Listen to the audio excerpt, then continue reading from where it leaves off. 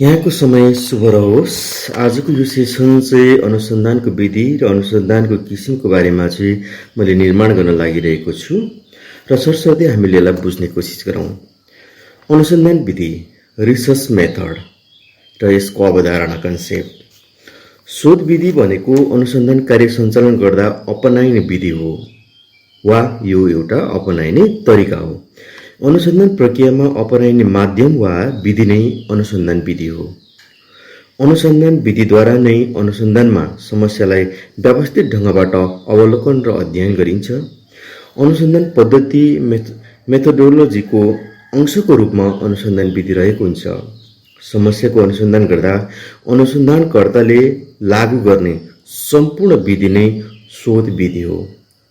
आँकडा सङ्कलन गर्दा आँकडा र थाहा नभएका बीचको सम्बन्ध कायम गर्दा, तथ्याङ्क व्यवस्थित गर्दा र मूल्याङ्कन गरेर नतिजा निकाल्नका लागि विधि प्रयोग गरिन्छ। शोध पद्धति भनेको व्यवस्थित रूपमा अनुसन्धान कसरी गर्ने भन्ने विषयमा केन्द्रित विज्ञान हो। अनुसन्धानकर्ताले कसरी आँकडा सङ्कलन गर्ने, परीक्षण गर्ने, खास अनुसन्धान प्रविधि प्रयोग गर्ने भनेर पुग्दैन। त्यसपछि रहेको सिद्धान्त थाहा पाउनु पर्दछ। यही विधि पछाडि रहेको तर्कको सम्पूर्ण पद्धति नै अनुसन्धान पद्धति हो। यसले सम्पूर्ण शोधको सैद्धान्तिक ज्ञान र सम्पूर्ण पक्षको सम्मत जाहेर गर्दछ। अनुसन्धान पद्धतिद्वारा अनुसन्धानको क्रममा किन र कुन निश्चित विधि अपनाइने हो भन्ने कुराको निर्धारण गरिन्छ। अनुसन्धानमा प्रश्नहरूलाई कसरी व्याख्या गरिन्छ, कस्तो प्रकारको तथ्याङ्क प्रयोग गरिएको छ, विश्लेषणको लागि कुन विधि वा उपकरण प्रयोग गरिएको छ, परिकल्पना कुन समावेश गरिएको छ आदि विषयमा प्रकाश पार्ने काम पनि अनुसन्धान पद्धतिले नै गर्छ। अनुसन्धान विधिका किसिम, types of research methodology. Types of research methodology. अनुसन्धानका क्रममा विभिन्न विधिहरू अपनाउने गरिन्छ। यसमा के कस्ता सामग्री कसरी अवलोकन गर्ने, कस्ता कस्ता सामग्रीहरू कसरी सङ्कलन गर्ने र विश्लेषण गर्ने भन्ने कुराहरू पर्दछन्। तर पनि आधारभूत रूपमा अनुसन्धान विधिलाई दुई भागमा विभाजन गर्न सकिन्छ।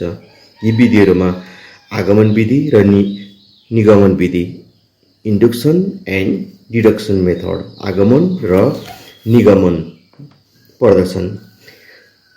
चिकित्सक ग्यालिलियो र गणितज्ञ न्युटनले एउटै कल्पनागत निगमनात्मक परीक्षणमा आगमनात्मक तथा निगमनात्मक विधि अपनाए।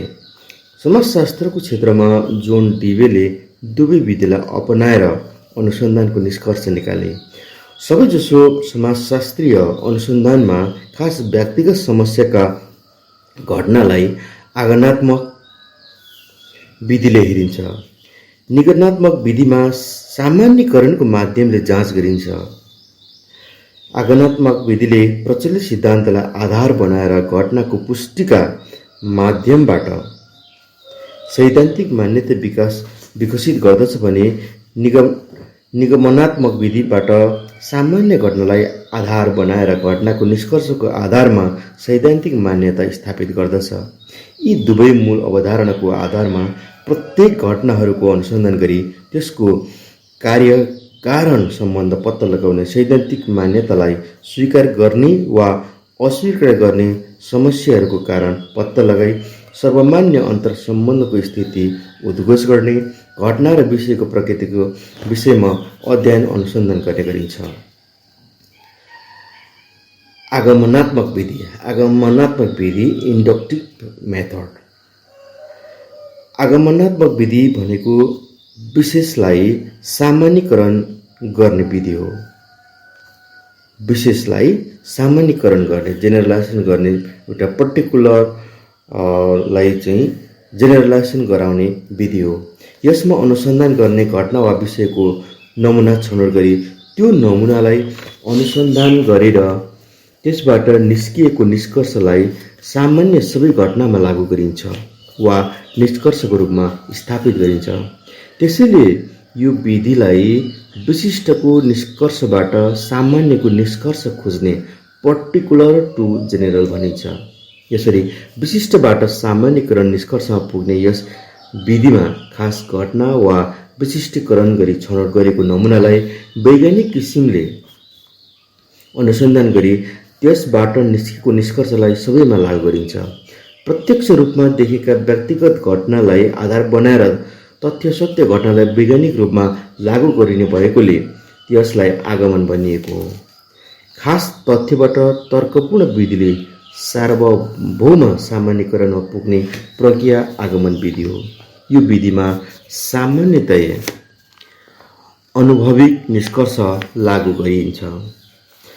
यस विधिले अवलोकन गरिएका घटना वा विषयवस्तुका सबै अवलोकन नगरिएका घटना र विषयवस्तुमा समेत सोही निष्कर्ष लागू गरिन्छ।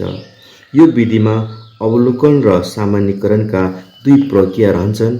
उदाहरणका लागि संक्षिप्त महिला ग्रामीण महिलाभन्दा बढी खर्चिला भएको निष्कर्ष निकालियो भने यसले सबै खालका शिक्षित महिला खर्चिला हुन्छन् भन्ने निष्कर्ष लागू गर्छ। यसलाई हामी पुनः सुनौं। उदाहरणका लागि शिक्षित महिला ग्रामीण महिलाभन्दा बढी खर्चिला भएको निष्कर्ष निकालियो भने यसले सबै खालका शिक्षित महिला खर्चिला हुन्छन् भन्ने निष्कर्ष लागू गर्छ। यसरी नमुना छनौट गरी त्यसलाई नियन्त्रित रूपमा कठोर अध्ययन र अवलोकन गरी प्राप्त गरेको नतिजा सबैमा लागू हुन्छ भने भन्ने मान्यता रहेको छ। जस्तै सामान्यतया हामीले हेर्दाखेरि स्मोकिङ गर्ने मान्छेहरूलाई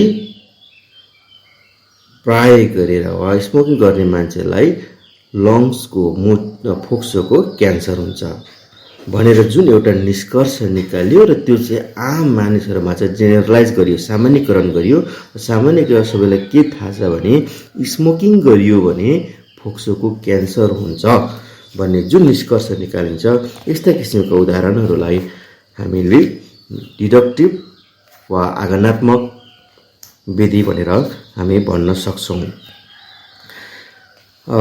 चिकित्सा विज्ञानमा औषधिको परीक्षण केही व्यक्तिमा गरी यो सफल भए सबैमा सोही औषधिको प्रयोग गर्ने काम पनि यसै विधिको आधारमा भएको हो। औषधिलाई प्रोडक्सन गर्ने र त्यो प्रोडक्सन गरेको औषधिलाई कुनै व्यक्तिमा प्रयोग गर्ने र त्यहाँबाट भएको निष्कर्ष त्यो चाहिँ राम्रो भयो भने ती कुरालाई चाहिँ अरूमा पनि जेनरलाइज गराउने जुन विधिलाई हामी इन्डक्टिभ विधि भनेर भन्ने गर्छौँ। गणनात्मक आगमनमा सम्भावित निष्कर्ष मात्र निस्किन्छ। वैज्ञानिक आगमनबाट निश्चित निष्कर्ष प्राप्त हुन्छ। पूर्ण आगमन निगमनको विपरीत हुँदैन। यो निगमनको उदाहरण बन्न जान्छ। पूर्ण आगमनमा नतिजा तार्किक कारणबाट आउँछ। अन्तर्ज्ञान प्राप्त आगमनमा चाहिँ तार्किक रूपमा नभएर अन्तर्ज्ञान वा कल्पनाबाट निष्कर्ष पुग्ने गरिन्छ।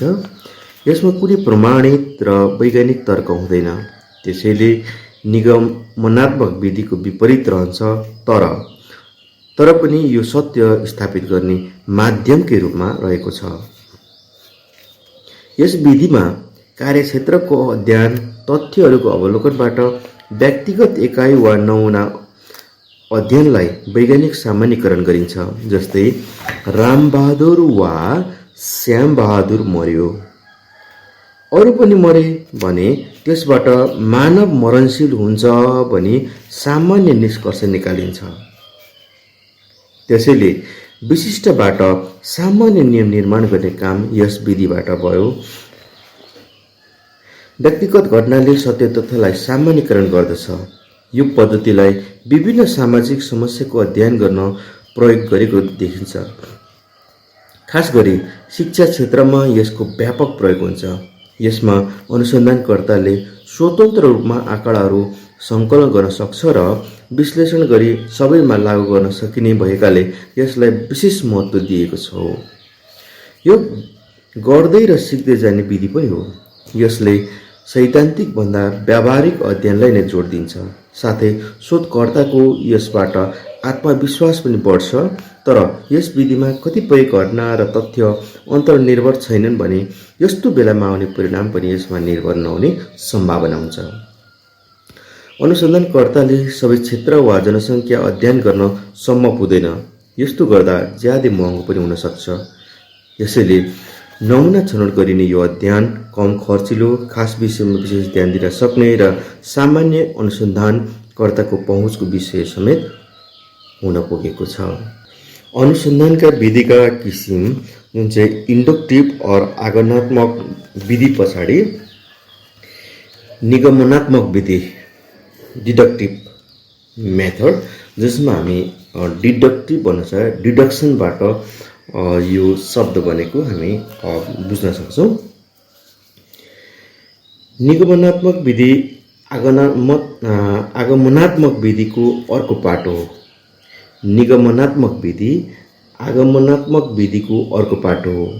यिनको डिडक्टिभ मेथड चाहिँ इन्डक्टिभ मेथडको अर्को पाटो हो। यो विधिमा सबैमा लागू भएको सिद्धान्त वा निष्कर्ष खास घटना वा विषयमा पनि लागू हुन्छ भन्ने मान्यता राखिन्छ। यसैले यो विधि सामान्यकरणबाट विशिष्टमा लागू गर्ने जेनरल टु पर्टिकुलर विधिको रूपमा लिइन्छ। जुन इन्डक्टिभ मेथडलाई पर्टिकुलर टु जेनरल विशिष्टबाट जेनरलाइज सामान्यकरण गरियो भने डिडक्टिभ मेथडमा चाहिँ जेनरलाइज वा जेनरलबाट चाहिँ पर्टिकुलर सामान्यकरणबाट विशिष्टमा चाहिँ लगिने एउटा विधि चाहिँ डिडक्टिभ मेथड हो। आगमन विधिको विपरीत यो विधि सामान्यबाट विशिष्टको आंकलन गर्ने भएकोले यसमा सामान्य नियमलाई विशिष्ट घटनामा लागू गरिन्छ। जस्तै सबै मानिस मरणशील छन् भन्ने रामबहादुर पनि मरणशील छ भन्ने निष्कर्ष गरिन्छ। फेरि बुझ्ने कोसिस गरौँ। सबै मानिस मरणशील छन् भने रामबहादुर पनि मरणशील छ भन्ने निष्कर्ष चाहिँ यसमा निकालिन्छ। यसको मतलब आम मानिसलाई के थाहा छ भने मानिसको जीवन मरणशील छ, द्याट इज द जेनरलाइज भएको छ। र त्यसबाट के निष्कर्षमा पुग्यो भने रामबहादुर पनि एउटा मानिस हो र उसको पनि जीवन मरणशील छ। त्यो चाहिँ हामीले पर्टिकुलर स्पेसिफिक वा विशिष्टतामा लगियो। त्यसले यस्तो किसिमको निष्कर्ष निकालिन्छ भने यो चाहिँ लाई हामी निगमनात्मक वा डिडक्टिभ मेथड भनेर भनिन्छ। सामाजिक अनुसन्धानबाट सैद्धान्तिक मान्यता विकास गर्ने क्रममा आगमनको विपरीत निगमन विधिद्वारा सामान्य रूपमा स्थापित मान्यतालाई व्यक्तिगत एकाइ वा घटनाको परीक्षण गर्न लागू गरिन्छ। सामान्य सिद्धान्त वा मान्यतालाई व्यक्तिगत घटनामा निगमन गर्ने भएकोले यस विधिलाई निगमनात्मक विधि भनिएको हो। कुनै खास घटनाका अवस्थाबारे विश्लेषण गर्न, परिकल्पना निर्माण गर्न र आँकडा सङ्कलन गर्न यस विधिको प्रक्रियालाई अवलम्बन गरिन्छ। यसै क्रममा पूर्व कल्पनालाई परीक्षण गरेर स्वीकार वा अस्वीकार गरेपछि तार्किक मान्यता स्थापित गरी विद्यमान सन्तुष्टिलाई पुष्टि गरिन्छ। व्यवहारमा सामान्य पर्यवेक्षणबाट केही निष्कर्ष निकाल्ने काम गरिन्छ। पहिला सङ्कलित भएको सामग्री वा पहिला नै गरिएको शोध कार्यको निष्कर्षलाई पूर्व कल्पनाको परीक्षण गर्न प्रयोग गरिन्छ। यस विधिले पहिले प्राप्त ज्ञानलाई पुनरावृत्ति गर्न सहयोग गर्दछ। यसका साथै यस विधिले समय नभएका शोधकर्ता वा सूक्ष्म अध्ययन गर्ने क्षमता नभएका शोधकर्तालाई पनि अनुसन्धान सञ्चालन गर्न सहयोग गर्दछ, किनकि यस्ता विषयमा सूक्ष्म अध्ययन सञ्चालन गर्न कुनै उत्साह रहँदैन। निगमनात्मक विधिले पहिले नै स्थापित मान्यताको आधारमा घटनाका विषयमा मान्यता लागू गर्ने भएकोले त्यस्तो अनुसन्धान गर्नुपर्ने मान्यताबाट शोधकर्ता मुक्त रहन्छ। प्रत्येक घटनालाई विस्तृत अध्ययन गर्न समय नभएका शोधार्थीलाई पनि यो विधि उपयोगी साबित भएको छ। ज्ञानमा कमी हुनेहरूलाई पनि यो विधि सहयोगी सिद्ध भएको पाइन्छ। विषय अनुसार निगमनात्मक तार्किकताबाट निकालेको निष्कर्ष प्रमाणित वा अप्रमाणित हुन सक्छ। निगमनात्मक विधिमा तर्कको मुख्य उद्देश्य प्रस्तावित विषयको प्रकृतिको सम्बन्धलाई स्पष्टता दिई छलफलद्वारा प्रमाणित निष्कर्ष निकाल्नु भए तापनि निस्किएका निष्कर्ष सधैँ प्रमाणित हुँदैनन्। यो विषयसँग सरोकार राख्ने किसिमको हुन्छ। उदाहरणका लागि सबै मानिस मरणशील छन्, त्यसैले रामबहादुर पनि मर्दछ भन्ने निष्कर्ष निकालिन्छ। यसमा दुवै पक्ष तार्किक रूपमा एकै ठाउँमा मिल्न सक्छन् र प्रमाणित निष्कर्ष निस्कन्छ। तर विषय यस्तो छैन भने यथार्थ निष्कर्ष निस्कदैन। उदाहरणका लागि सबै मानिसका दुई आँखा हुन्छन् भन्ने निष्कर्षलाई ल्याउँ। सबै मानिसका दुई आँखा हुन्छन् भन्ने एउटा निष्कर्ष ल्याउँ। कुनै व्यक्ति एक आँखो भएको पनि त हुन सक्छ। यस अर्थमा भौतिक रूपमा गलत भए पनि तार्किक रूपमा सही देखिन्छ। तसर्थ निगमनात्मक विधिको घटनाको भौतिक यथार्थलाई परीक्षण नगरी तार्किक आधारमा मात्र अभिव्यक्त गर्दछ। चुरोट खाने व्यक्तिलाई क्यान्सर हुन्छ। चुरोट खाने व्यक्तिलाई क्यान्सर हुन्छ भन्ने सिद्धान्त निचोड आयो भने चुरोट खाने रामबहादुरलाई क्यान्सर नभएको पनि हुन सक्छ। सामान्यकरण गरिएको निष्कर्ष विशिष्टमा लागू हुन नसक्ने तर्फ पनि सचेत हुन आवश्यक हुन्छ। व्यक्तिगत घटनाको अध्ययनले सैद्धान्तिक मान्यता वा सामान्यकरण गरिएको नियमलाई चुनौती दिन, कमजोरीलाई हटाउन र अनुसन्धानलाई बढी विश्वास गर्नका लागि आगमनात्मक र निगमनात्मक दुवै विधिलाई पूरकको रूपमा लागू गर्नुपर्दछ भनेर लागू गरिन्छ।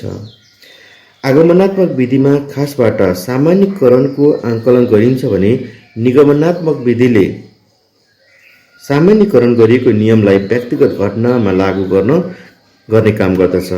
स्वभावैले आगमन विधिले घटनाको तथ्यको अध्ययन, अनुसन्धान र विश्लेषण गरी त्यसको सम्बन्ध पत्ता लगाउने गर्दछ। तर निगमन विधिमा तथ्य नखोजी सामान्यकरणको नियमबाट अनुमान गर्दछ।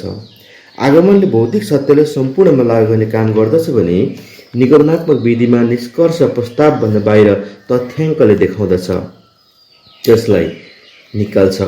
तर निगमनात्मक विधि आफ्नो प्रस्तावनाको घेराबाट बाहिर जान सक्दैन। सामान्यतया सामान्यकरणको नियमलाई लागू गर्ने मात्र काम यसले गर्दछ।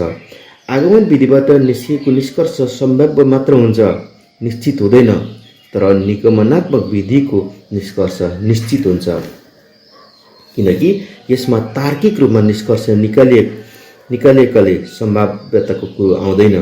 यसो भए पनि सामान्यकरण तथा नियम निर्माणमा आगमन विधिलाई निगमनको विधिबाट निर्माण गर्न सकिन्छ। सैद्धान्तिक अनुसन्धानको विधिका साथै समाजशास्त्रीय अध्ययनमा अनेक किसिमका विधिहरू अपनाएको पाइन्छ। यस्ता विधिहरूमा अन्तरसांस्कृतिक विधि, तुलनात्मक विधि, समानान्तर विधि, वंशावली अध्ययन विधि, रचनात्मक वा संरचनात्मक विधि, कार्यात्मक विधि, संरचनात्मक कार्यात्मक विधि, पुस्तकालय विधि जस्ता धेरै विधिहरू पर्ने गर्दछन्। इन्डक्टिभ र डिडक्टिभ मेथड पछाडि अन्तरसांस्कृतिक विधि, क्रस कल्चरल मेथडलाई हामी जान्ने कोसिस गरौँ। समाजशास्त्रीय अध्ययनमा यस विधिबाट विभिन्न संस्कृति बीचको समानता र असमानताका विषयमा अध्ययन गरिन्छ। एउटा संस्कृतिको जानकारीका लागि अर्को संस्कृतिको जानकारी आवश्यक पर्दछ। अर्को संस्कृतिसँगको अन्तर थाहा पाएपछि मात्र अध्ययन गरेको खास संस्कृतिको ज्ञान हुन सक्छ भन्ने मान्यता यसको रहेको छ। समाजशास्त्रीय अध्ययनमा नभएर अन्य क्षेत्रमा समानताको अध्ययन गर्न र आफूले अध्ययन गरेका विषयको समग्र ज्ञान हासिल गर्नका लागि यो उपयोगी र सिद्ध विधिको रूपमा रहन्छ। यसलाई अन्तरशास्त्रीय विधिको रूपमा अपनाउने कार्यमा विस्तार भएको छ। राजनैतिक अध्ययनको लागि अन्य क्षेत्रको अध्ययनबाट मद्दत लिइन्छ भने शिक्षा, कानुन आदि क्षेत्रमा समेत अन्तरशास्त्रीय अध्ययनमा जोड दिएको देखिन्छ। अन्तरसांस्कृतिक विधिबाट मानव संस्कृतिको यथार्थ स्वरूप पत्ता लगाउन सकिने हुनाले यो विधि संस्कृति, मानवशास्त्र र समाजशास्त्रको अध्ययनका लागि उपयोगी मानिएको छ। जुन अन्तरसांस्कृतिक विधि विशेष गरेर हेर्दाखेरि संस्कृति, मानवशास्त्र र समाजशास्त्रको अध्ययनको लागि एकदमै उपयोगी मानिएको छ। यस विधिलाई इबी टेलर, निबुर, मुरडक, व्हाइटिङ, क्लाइन आदिले विशेष महत्त्वका साथ प्रयोग गरेका छन्। सामाजिक विज्ञानका अन्य विषयवस्तुको अध्ययनमा समेत यो विधिलाई सफलतापूर्वक अपनाएको देखिन्छ। अन्तर्सांस्कृतिक विधिको मूल लक्ष्य नै विभिन्न संस्कृतिहरू बीच रहेका समानता र विभेद पत्ता लगाउनु हो। अभिलेखात्मक सामग्रीको अभाव, तथ्याङ्क शास्त्रीय पद्धति अवलम्बन गर्न कठिनाई तथा पूर्वाग्रह रहने खतरा समेत यस विधिमा कमजोरी हुन्। तथापि भरपर्दो नमुना छनौट गरेर मान्यता प्राप्त उपायद्वारा अनुसन्धान गरिएमा यसबाट प्राप्त हुने नतिजा विश्वासिलो, प्रमाणित र भरपर्दो हुन सक्छ। अर्को रहेको छ तुलनात्मक विधि, कम्पेरेटिभ मेथड। तुलनात्मक विधि अनुसन्धानको क्षेत्रमा ज्यादै प्रचलित र प्राचीन विधिको रूपमा रहेको देखिन्छ। यस विधिले विभिन्न संरचना, कार्य, समयान्तरमा हुने परिवर्तन आदिको तुलनात्मक रूपमा अनुसन्धान गर्दछ। यस विधिमा समाजमा घट्ने घटना वा वस्तुहरूको समानता र असमानता छुट्याउने, तिनीहरूको लेखाजोखा गर्ने र निष्कर्ष पत्ता लगाउने गरिन्छ। यो विधि घटना वा विषयवस्तुलाई कार्यात्मक पक्ष र संरचनात्मक पक्षमा एउटै संरचनाका अङ्गहरूबीच तुलना गर्न र अन्तर वा समानता पत्ता लगाउन प्रयोग गरिन्छ। प्राचीन अवस्थामा संरचनात्मक, औपचारिक वा वैध ढाँचाहरूको बीचमा तुलना गर्ने विधि अपनाइन्थ्यो भने वर्तमान अवस्थामा कार्यात्मक, प्रक्रियागत र अनौपचारिक कुरालाई समेत तुलनात्मक विधिद्वारा अनुसन्धान गरिन्छ।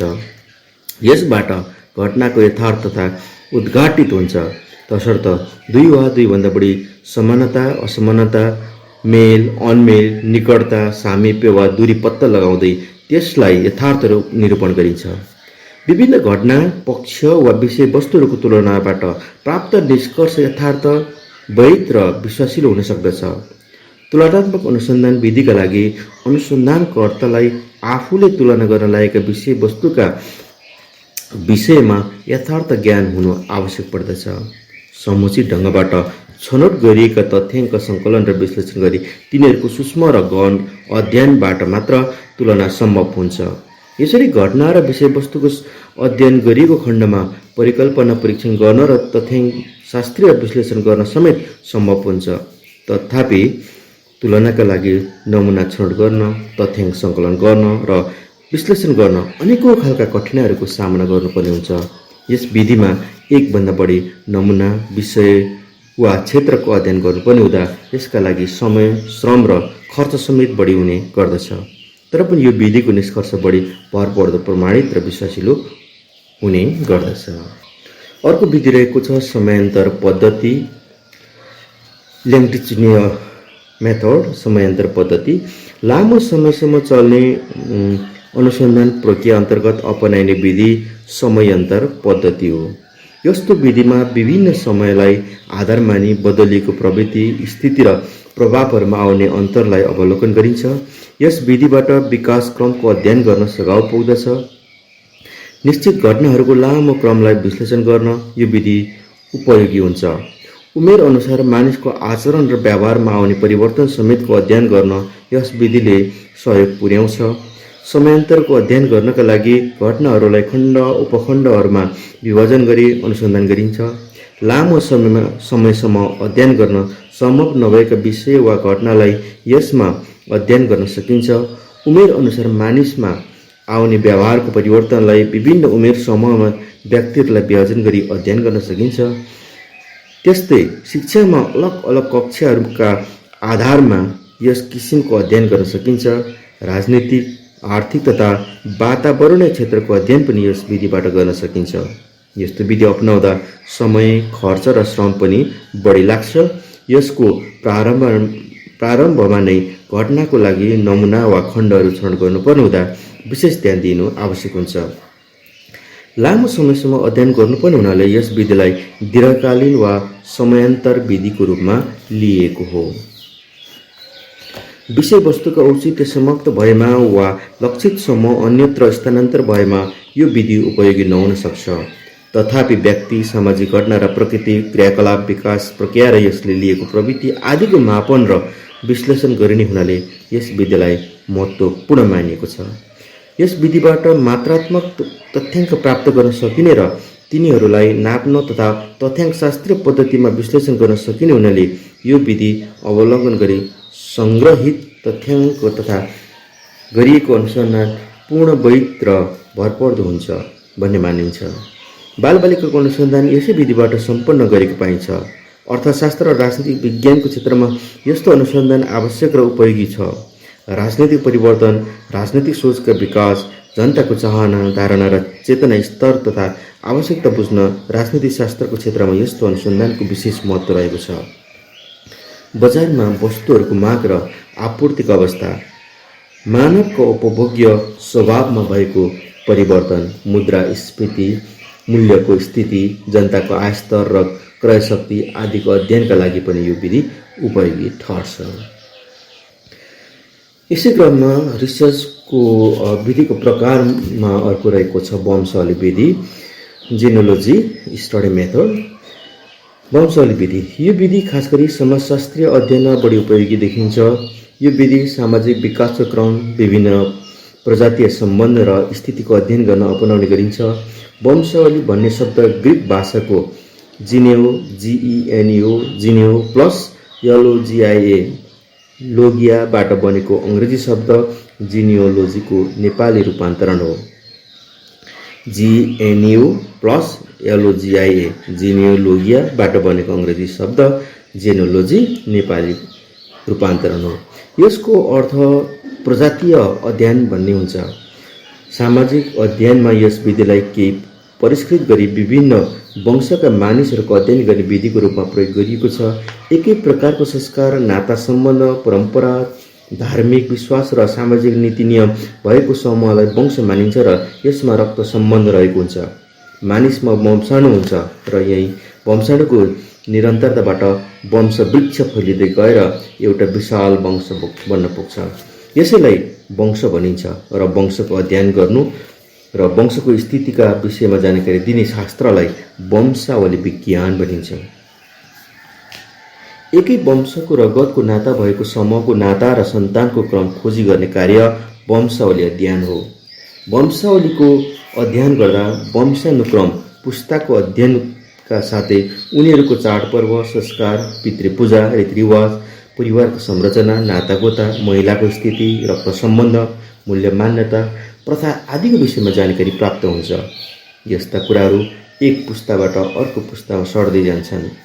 समाजशास्त्रीय र मानवशास्त्रीय अनुसन्धानको क्षेत्रमा वंशावली अध्ययन विधिमा विशेष महत्त्व रहेको देखिन्छ। राजनैतिक शास्त्र जस्तो आचरणवादी विज्ञान पनि कस्ता खालका जाति वा वंश के कस्ता क्रियाकलाप भएका छन्, राजनैतिक मूल्य मान्यता के कस्ता छन् भन्ने कुरा जान्न सहयोग गर्दछ। राजसंस्था वंशको आधारमा पनि अनेक मुलुकमा चलेका छन् भने विकासोन्मुख मुलुकका राजनीतिमा त वंशको प्रभाव अत्यधिक रहेको छ। यस सन्दर्भमा यस वंशावली विधिको उपयोगिता अत्यन्त बढिरहन्छ। नेपालमा नै पनि लामो समयसम्म शाहवंशीय शासन रह्यो। यस्तै विभिन्न वंश वा जातिको राजनीतिमा अत्यन्त बढी र निर्णायक प्रभाव रहेको हुन्छ। वंशावलीको अध्ययनबाट यथार्थ राजनीतिक सम्बन्धको ठहर गर्न सहयोग पुग्ने हुन्छ। वंशावली अध्ययन अन्तर्वार्ता र अवलोकनबाट गरिन्छ। आफ्ना पुर्खाले क्रमशः सन्तान दर सन्तानलाई आफ्ना पुर्खौली गौरव गाथाका विषयमा र अन्य समुदायसँगको सम्बन्धका विषयमा ज्ञान हस्तान्तरण गर्ने परम्परा रहेको हुन्छ। त्यसैले यसबाट मानिसको विगतको स्थितिको जानकारी हुन्छ। यसले वर्तमानका मानिसको आचरण, स्वभाव र गतिविधिको पृष्ठभूमिको जानकारी हुन सक्छ। यसबाट चालचलन, संस्कार, पर्व, नातागोता, परम्परा, उत्तराधिकार र परिवारको प्रमुख सम्बन्धी प्रथा लगायत बसाइसराईको विषयमा पनि जानकारी गराइन्छ। त्यसो हुनाले समाजशास्त्रीय अध्ययनमा यसको महत्त्व रहेको छ। वंशावली अध्ययनका लागि सम्बन्धित भाषा, चालचलन र व्यवहारको जानकारी आवश्यक हुन्छ। वंशको हाँगाबिनाको विषयमा सचेतता प्राप्त गर्नु पनि आवश्यक पर्दछ। वंशावली अध्ययनका लागि केही निर्धारित चिन्ह सङ्केतको समेत ज्ञान हुनु पर्दछ। वंशावलीमा प्रयोग गरिने प्रमुख चिन्हहरूमा यसरी हेर्न सकिन्छ। स्त्रीहरूका लागि चाहिँ रेक्ट्याङ्गुलर और सर्कल चिन्ह प्रयोग गरिन्छ। स्त्री जनाउनको लागि, स्त्रीहरू बुझाउनको लागि चाहिँ रेक्ट्याङ्गुलर वा सर्कल युज गरिन्छ। पुरुषहरूको लागि ट्रायङ्गल युज गरिन्छ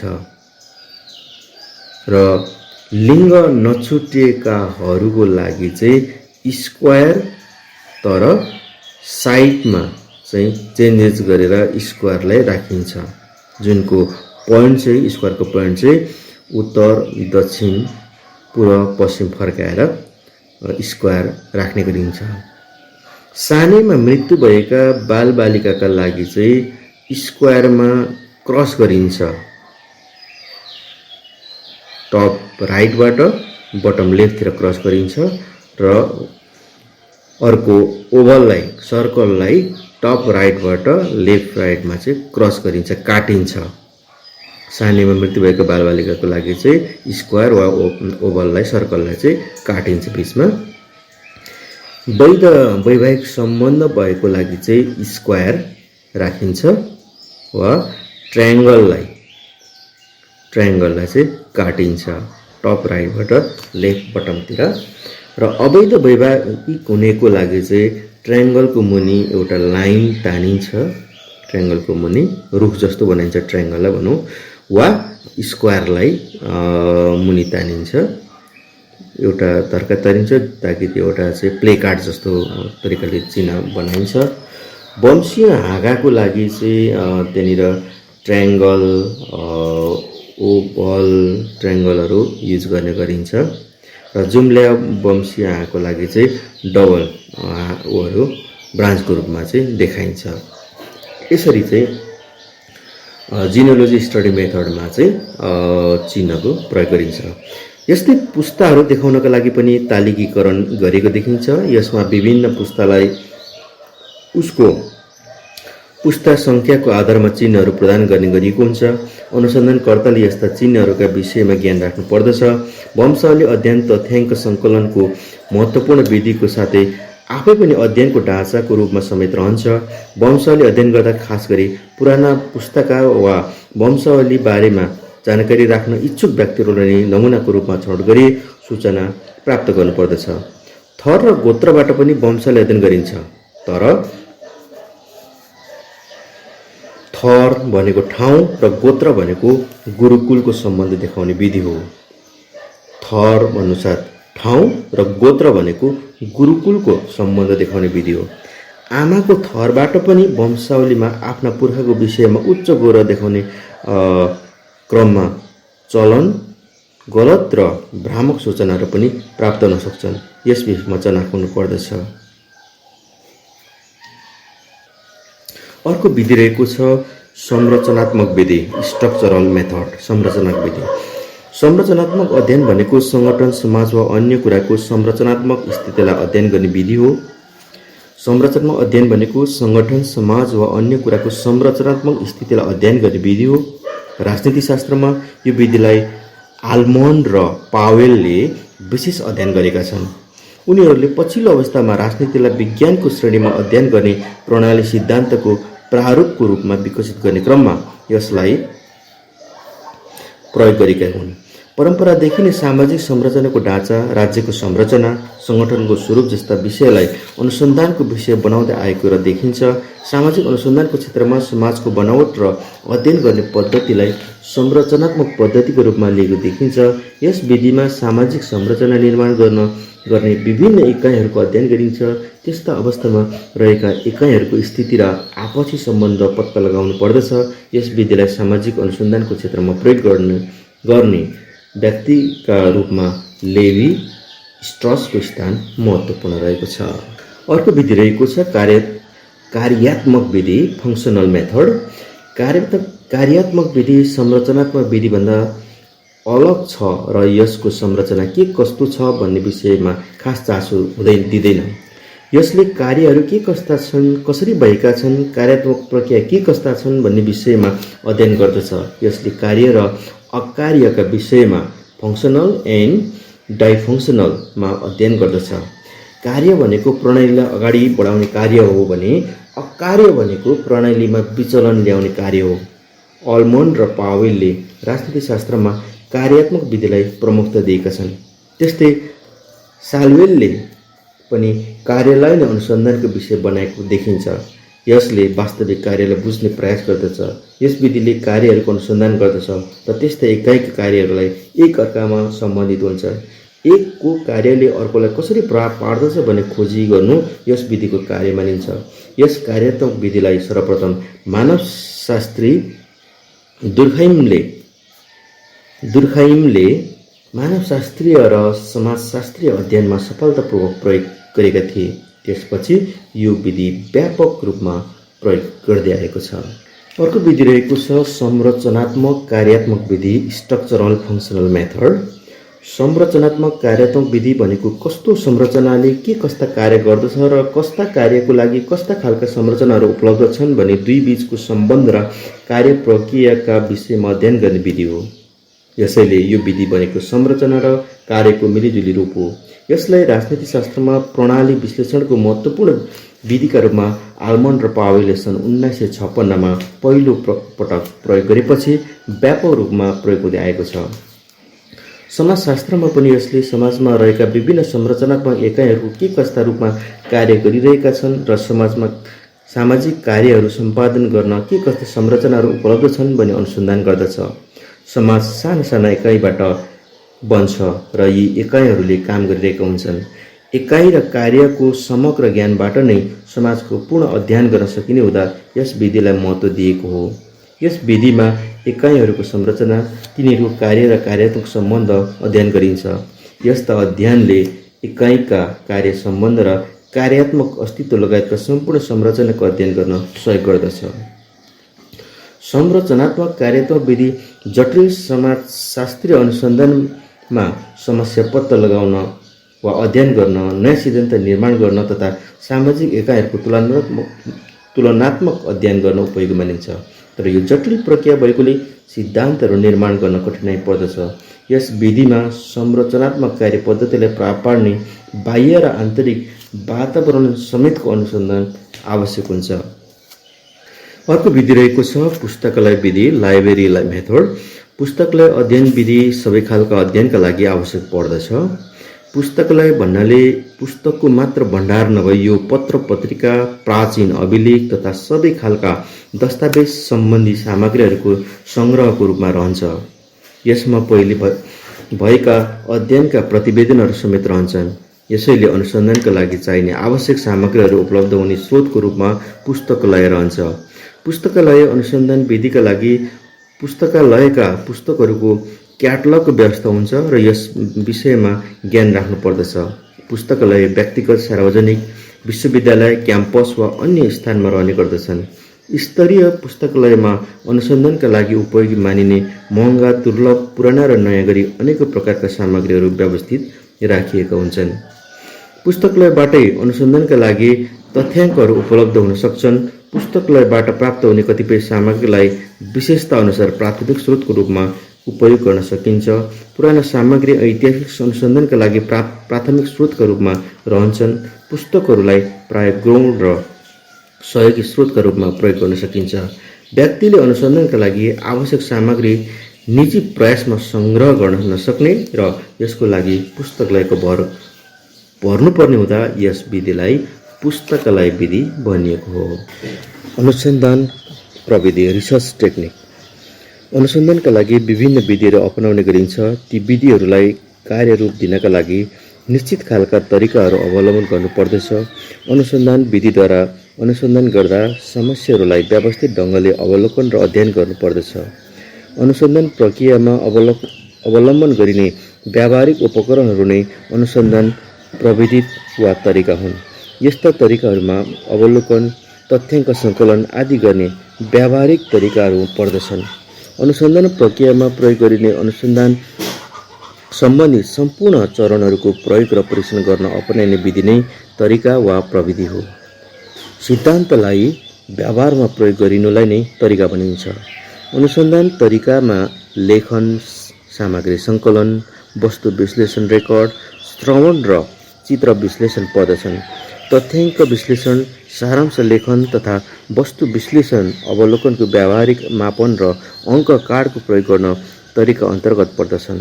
सामयिक छलफल, अन्तर्वार्ता, डकुमेन्ट्री, चित्र प्रविधिको प्रयोग स्वतन्त्र अवलोकनकर्ताद्वारा निष्पक्ष अन्तर्वार्ता तथा अवलोकनका विधिहरू पनि अवलोकनका प्रविधि हुन्। अनुसन्धानका लागि सूचनादाताहरूको पृष्ठभूमिको पहिचान गर्ने तरिका, धारणागत मापन, पर्यवेक्षण पद्धति र सामाजिक अवधारणा मापन, अन्तर्वार्ताकारद्वारा प्रश्नावलीको प्रयोगमा गरिने उपायहरू पनि अनुसन्धानका प्रविधिहरू हुन्। आकस्मिक विश्लेषणको लागि प्रतिखण्डात्मक तथ्याङ्क सङ्कलन, क्षणको दीर्घकालीन विश्लेषण, अवलोकनकर्ताको स्वर तथा चित्र सङ्कलनको प्रयोग जस्ता कुराहरू पनि अनुसन्धानका प्रविधि हुन्। वास्तवमा अनुसन्धान पद्धतिमा निर्धारण गरिएका विधिहरूलाई कार्यरूप दिने उपायहरू नै अनुसन्धानका तरिकाहरू हुन्। यसले कार्यक्षेत्रमा जाँदा गर्नुपर्ने कामहरू र अपनाइनुपर्ने उपायहरूको बोध गर्दछ। ठिक किसिमले ठिक ढङ्गका तरिकाहरू अपनाउँदा नै अनुसन्धान सफलतापूर्वक सम्पन्न हुन्छ र यसको निष्कर्ष समेत प्रमाणित हुन्छ। त्यसो भएकोले अनुसन्धान पद्धतिमा अनुसन्धान तरिकालाई विशेष महत्त्व दिएको पाइन्छ। यसका उपकरणहरू। टुल्स। अनुसन्धानकर्ताले आफ्ना समस्याको खोजी गर्ने क्रममा के कस्ता तथ्याङ्क आवश्यक पर्दछ भन्ने निर्धारण गरेपछि त्यसलाई प्राप्त गर्नका लागि अपनाउने तरिकाहरूलाई अनुसन्धानका उपकरण मानिन्छ। यिनीहरू नै उपकरण वा अनुसन्धानका लागि तथ्याङ्क बटुल्ने औजारका रूपमा रहन्छन्। यस्ता औजारहरूमा सर्वेक्षण, प्रश्नावली, अन्तर्वार्ता, अनुसूची प्रयोग, प्रत्यक्ष अवलोकन वा सहभागितामूलक अवलोकन जस्ता उपकरणहरू हुन्छन्। नमुना छनौट गर्दा नै के कस्ता उपकरण प्रयोग गरेर नमुनाहरूको छनौट गर्ने भन्ने महत्त्वपूर्ण प्रश्न आउँछ। यसमा जथाभावी नमुना छनौट, नियमित नमुना छनौट जस्ता उपकरण अपनाउनुपर्छ। सर्वेक्षण गर्दा समेत विभिन्न साधनहरू अपनाइन्छ भने क्षेत्र कार्यमा अपनाउनु पर्ने उपकरण समेतको अध्ययनको प्रकृति स्वभाव हेरेर निर्धारण गरिन्छ। यस्ता उपकरणहरू खास गरी तथ्याङ्क सङ्कलनमा प्रयोग गरिन्छ। त्यसलाई तथ्याङ्कहरूलाई वर्गीकरण गरेपछि तालिकीकरण गरेर यसलाई विभिन्न खालका ग्राफ, चार्ट आदिको प्रयोग गरी सङ्केतीकरण गरिन्छ र विश्लेषणका लागि उपायहरूका रूपमा यी उपकरणहरूको प्रयोग गरिन्छ। उपकरणहरूलाई ठिकसँग प्रयोग गर्दा नै सुविधाजनक ढङ्गबाट सही तथ्याङ्क सङ्कलन हुन्छ। तथ्याङ्कबाटै विश्लेषण गर्नका लागि साधन प्राप्त हुने भएकोले यसको अनुसन्धानमा विशेष महत्त्व रहेको हुन्छ। आजको यो सेसनलाई मैले यहीँ नै अन्त्य गर्न चाहेँ। तपाईँले सुनेर साथ दिनुभयो, केही कुरा बुझ्ने कोसिस गर्नुभयो होला। Thank you very much. Have a good time. Have a good time. Have a good time. Have a good time.